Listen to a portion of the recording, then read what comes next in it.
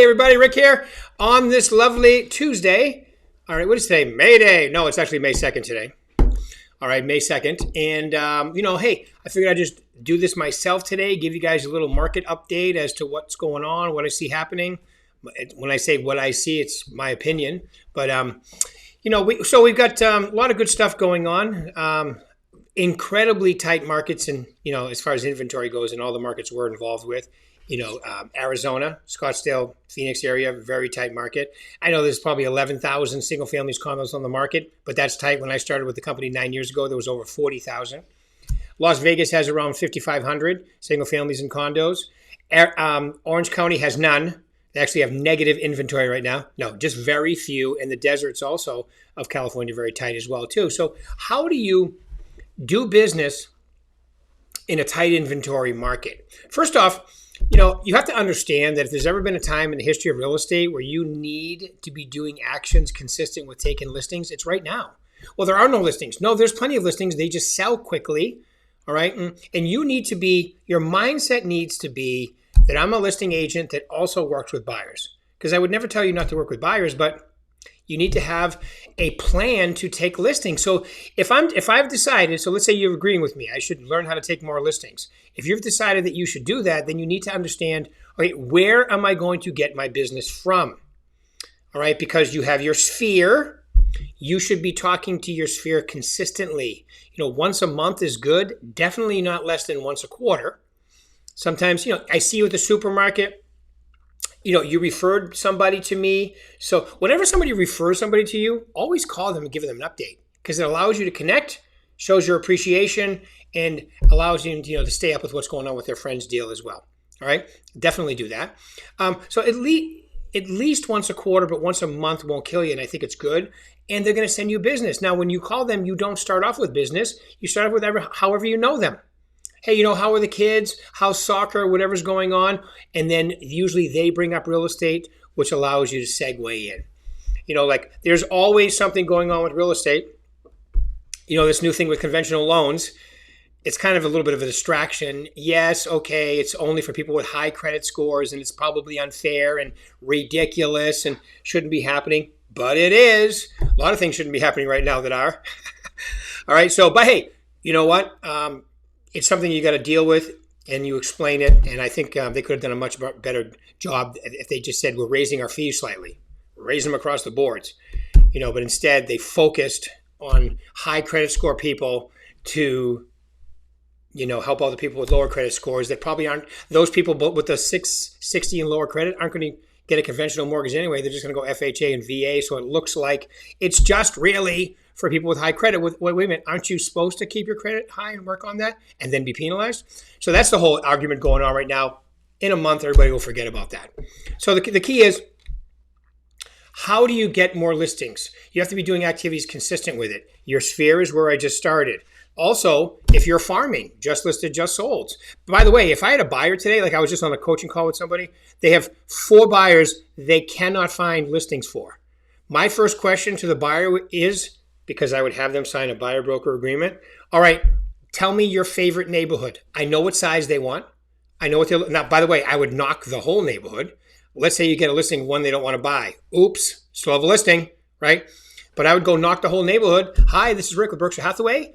I sold a home in your neighborhood over here and blah, blah, blah. And because of that, we could have sold 3 other properties. I'm paraphrasing. You want to be a little bit more detailed than that. So I'm wondering, how about you folks? When do you plan on moving? How long have you lived here? Where'd you folks move from? Go through the whole script with them and you'll find business. I remember, the mid 80s when I first started, this is what we used to do a lot of. And then also in the early 2000s, if you have a buyer and you can't find a place, what better way than to go look in the neighborhoods they want to be in? There's all kinds of ways you can get business. Complaining about a low inventory market isn't one of them, by the way. Expired listings. Look at in Vegas alone, in December, there was about 12,000 homes on the market. There's less than half of that now. Where did they go? They're not selling, trust me. So old expireds are incredibly good. New expireds are incredibly good for sale by owners. I guess the question is whatever you're comfortable doing, and I would recommend even maybe a little uncomfortable. Anytime you add something new into the rotation, you're going to be a little uncomfortable. I don't understand agents' obsession with not being a little uncomfortable. You need to be a little uncomfortable if you're going to do new stuff. Like if you work out, while you're working out, it's a little uncomfortable. You're sweating, right? That means it's working. If you're not a little uncomfortable in your business every once in a while, you're not trying enough.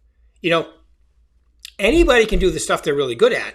Introduce something that makes you a little uncomfortable. It helps you grow. It helps your brain. It helps your mind. Helps your confidence level.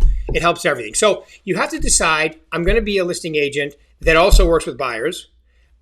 What actions am I going to add in that I'm currently not doing? That's the first thing I would focus on. And then as you're out there prospecting, you're creating leads and you're creating people you can add to your sphere and your CRM. All right, at Berkshire Hathaway, we have an incredible CRM called the Virtual Agent Center 2.0. I would be adding anybody in there. Two of my personal favorites are the Neighborhood Report and the newsletters. One's hyperlocal, one's more national. I would set them up on all that. Also, as I'm adding people into my database, I'm going to make sure I'm connected with them on Facebook, Instagram, LinkedIn, Twitter, TikTok. No, I don't do dance videos, but I'm considering it. Have I told you, Paul? No, I'm not. But anyway, whatever you're on. I mean, I was at the convention this year and people were pulling me aside. Hey, I love your Facebook stuff. Never met them before. Hey, I love your Instagram. Hey, I love your TikTok. I actually have a TikTok one, but I don't dance. But I actually put all my videos, same ones I put on Instagram, on TikTok. So if I'm prospecting Paul and I get his information and his email address, as soon as I load him into the Virtual Agent Center, I'm going to go to Facebook, make sure we're connected. I'm going to go to Instagram, make sure we're following each other, or at least I'm following him so he can follow back, right? So you're going to create this like little real estate universe that you are the center of, right? And it requires you talking to them or face-to-face, on the phone or face-to-face, emailing them, every now and then a handwritten card mailing to them, or if you do bulk mail, I personally don't like that, but that's okay. And I'm going to be connected with them. They're going to see my videos, and they can't think of real estate without thinking of me. All right. Now, as you're doing this, you're going to grow your social media. You're also going to have people unfollow you. They don't like what you're doing. Great. I don't want you anyway.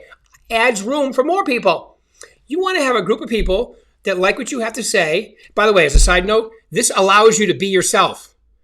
You already have yourself down. You already know how you are and what you say and how you act. So just be yourself. A certain amount of people are going to be attached to it. A certain amount of people are going to be repelled by it. That's a little joke with myself, right? Because it's just the way it is. And I don't care which one you are, because I know if I keep doing this, eventually a whole bunch are going to stick. Same with my CRM. All right. Same when you're sending out stuff to them, some people are going to subscribe to you. Who cares? More room, right? You got to get this mentality that every day I'm going to add new opportunities. Then I'm going to put them in, set them up on drip campaigns. They're going to be getting calls from me. They're going to see me on social media.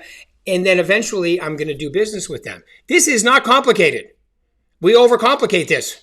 Well, should I just pick? I just gave you a whole bunch of great things to think about. Pick which ones you're going to do and start doing them. Be consistent. People go, what about content?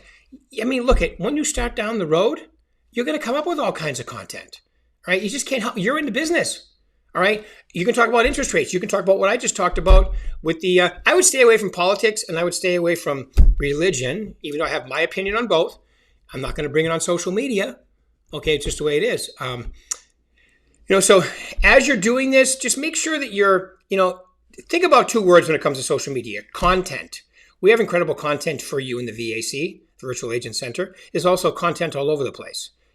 All kinds of things that you can pirate from other people and just do in your own words. And then also, the other one is document. Show them what you're doing. People love to see what you're doing. That's why reality shows are people are nosy. They want to see what you're doing. That's why social media is big. That's why reality shows are big. Okay, so make a decision to take more listings, or if not, become a listing agent that also work with buyers. What are you using for a CRM and what are you loading it with? What activities are you going to add out of the lead sources I just went through? Be disciplined and consistent with it. Come up with how many conversations you want to have per day. You guys know I'm not going to beat that up again, but if you take my success series or any training, I talk about that all the time. All right. By the way, if you want to join my coaching, email my assistant, Lisa Lisa P at BHHSNV, like Nevada.com. Okay, so decide, come up with the actions, and then be consistent. When it comes to social media, what's more important than content is consistency. It doesn't matter if you're being goofy one day or whatever. I've had people call me because they've noticed I've changed my social media a few times over the few years. What are you using for a camera? This right here. See on the other side? That's a 13, I think. What are you using for a microphone? This right here. I have a little stand on my desk or in my car. Fits perfectly on my windshield. I do everything live and raw. I figure, since Mark Wahlberg, I don't know if you've seen those, Paul, but since Mark Wahlberg moved here, every video he does from all over the city is from his phone. You can tell. All right. If it's good enough for Mark Wahlberg, it's good enough for me. All right. So don't overthink this. You can overthink yourself into paralysis because it allows you to go, well, when I get better at it, when I come up with a plan, stop it. Just do it. Do it first, think later. Some of you are already really good at that. All right, like I am. Right? Fire, ready, aim. That's my motto. Okay, so decide which ones you're going to do, and then remember what really holds this all together is rock star customer service. Under promise, over deliver. Most agents do the exact opposite. So everything, like everybody you have in your computer that has a birthday, a wedding anniversary, an anniversary the day they bought the house. It's another reason why you want to use the virtual agent center. All those are in there, and they'll get from anywhere from really corny to really good looking. All of that stuff is good for you to stay in touch with these. These are your people. This is your real estate world or your universe, whatever you want to call it. And if you become the mayor of that universe because they see you, they talk to you, they see your social media, they get mail from you, they get email from you, I'm telling you, you're going to do incredibly well. And a lot of you, it's just time to do this. It's time. All right? So just do it. If you guys have any questions, call me anytime, 702-219-4329. Look forward to working with all of you soon. Thank you.